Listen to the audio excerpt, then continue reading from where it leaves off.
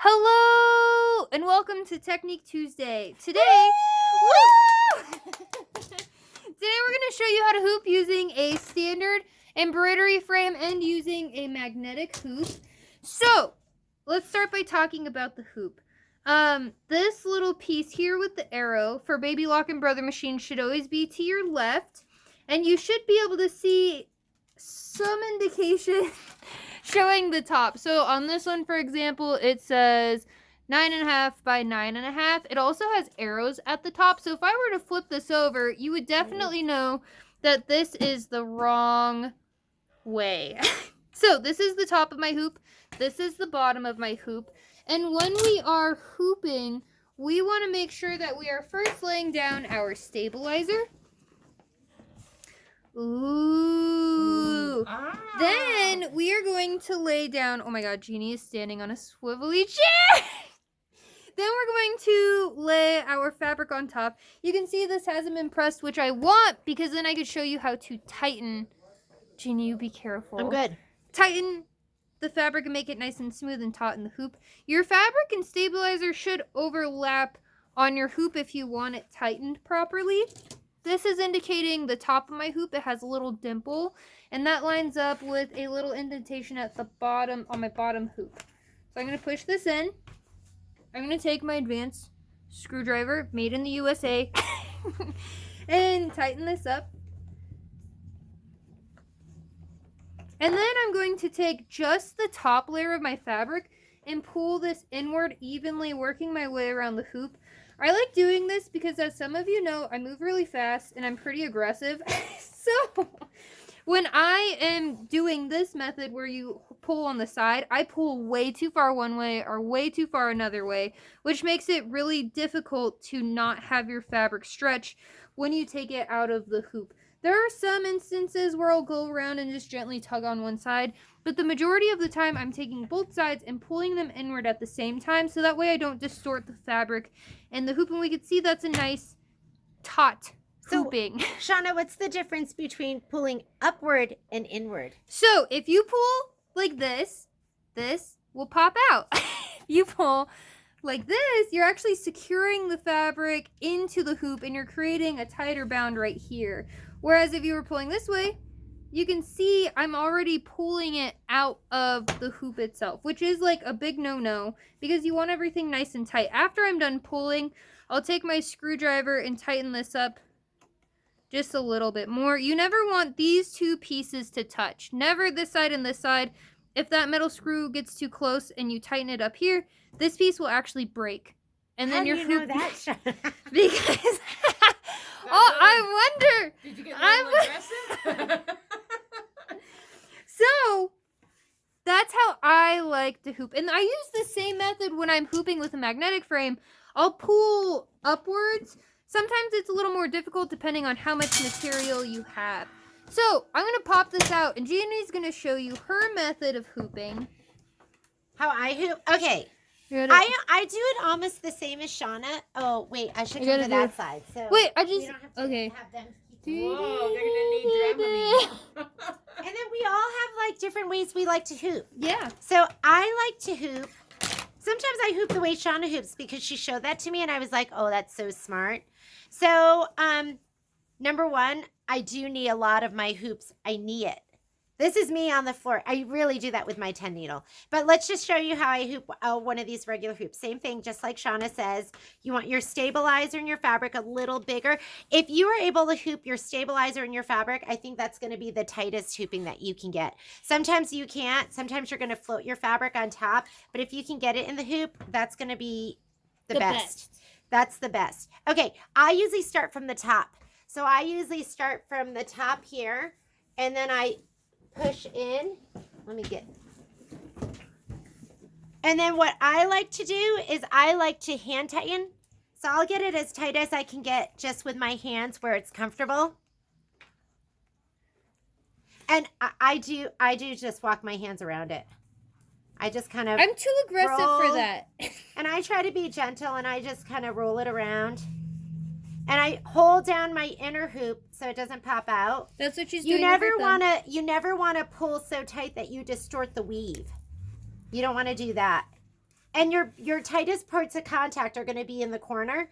So I walk it around just like that, hand tightened. Once I have it nice and flat, then I come back in with my hoop tightener and I tighten it a little bit more just to where it's comfortable, never where I'm straining. And pretty similar. Sometimes I do what Shawna does because I saw her do that and it's so smart. And I'll pull inward with my fabric like that. But I don't know. I just have been hooping so long and just pulling my hands around that's kind of my go-to. Just because I'm comfortable with that. Michelle, let's hoop it up. Michelle does hers even, I mean, there's 3 of us and we all hoop just a little bit differently. Yeah. Michelle's going to show you on multi-needle hoop. Mainly because it's so big. So when you see a hoop where, this is the 14 by 8 hoop, where you have 2 screws, one on each end. There we go. One on each end. You can't really just tighten from one end. You need to kind of tighten evenly from both ends. And I do kind of what they call like a double hoop. I put the fabric in. I kind of short-cheated myself on fabric, but I never worry about it with the multi-needle hoops because they have this really big section right here that holds everything pretty flat. So I've got my fabric in there. I'm not going to pull anything yet. I'm going to finger tighten this from both sides, equal on both sides, because that's actually going to distribute all. This is a long way to distribute all the way around from one corner. All right, so that's about as finger tight as I can get. Now what I'm going to do is pop it out so that the tension can go all the way around, and then pop it back in the hoop. Can you put it up here, Michelle, because it's under your hair? There you go. Pop it back in the hoop. And then It's hard to hoop without completely bending over. I know. it is. So really what's is. this technique called? Because I never. So she puts it in once and then takes it Only out on and the then big ones. and then puts it back in again. Yeah, and then I have a handy dandy hoop tightener. So a lot of your machines came with that one. But this one you can actually slip it all over the end here, and then it's position number 2 on the screwdriver. But again, I'm going around equally. So if you do 2 on one side, do 2 on the other. Yeah, and then I pull. And now that I saw Shawna do it, I'm gonna probably go home and do that. Yeah, the pull inward. Yeah, that And makes you know sense. what, guys? Shawna's self-taught. Shawna came up with that because her brain's so big. And I saw her do it, and I thought, she's so clever. These young kids are so clever. They are, really. And the last thing is, it doesn't need to bounce a quarter off of it. If you've got it that tight that it's bouncing a quarter or a drum, because that was one of the things we were taught early on. Then when you That seems excessive.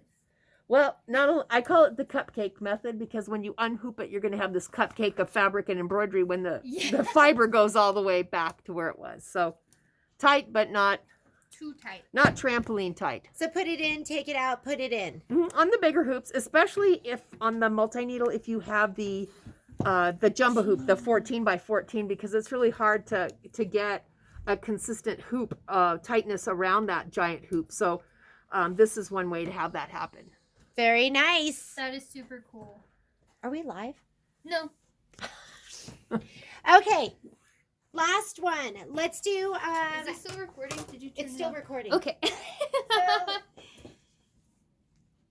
I think we all hoop magnetic. let's do snap hoops. Snap hoops I think are the easiest, but they can be the most painful.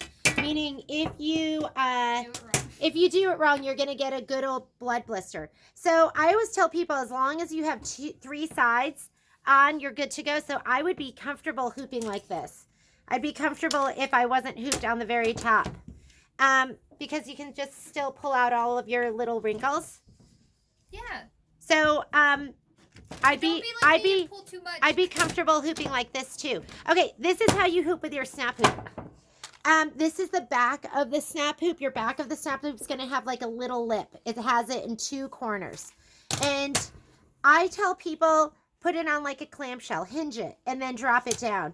Because these magnets are pretty strong depending on what kind of fabric you're on. And this is where her little notch is. Yes, notches right here. Okay, so they're right there. You're gonna hinge it right to where the part is that slides onto the machine.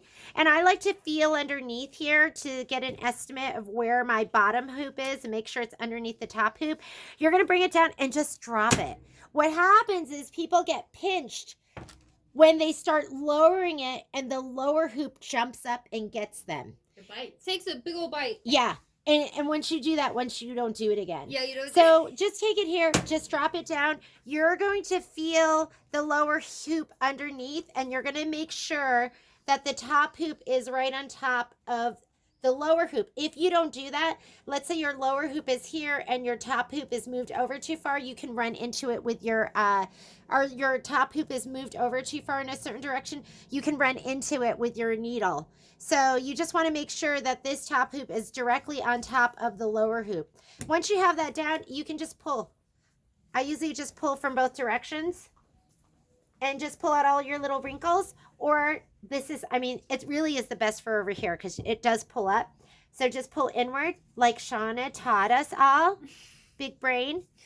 And look at, you're hooped. And isn't that amazing? And how easy was that? That's So why easy. when you're quilting, especially quilting, with the snap hoops, they're so wonderful because it's so easy to pop it out, move it around, and put it in position for your next And you hooping. don't even have to take the bottom off. You just leave it on the machine and pick up the top magnetic piece. Yes.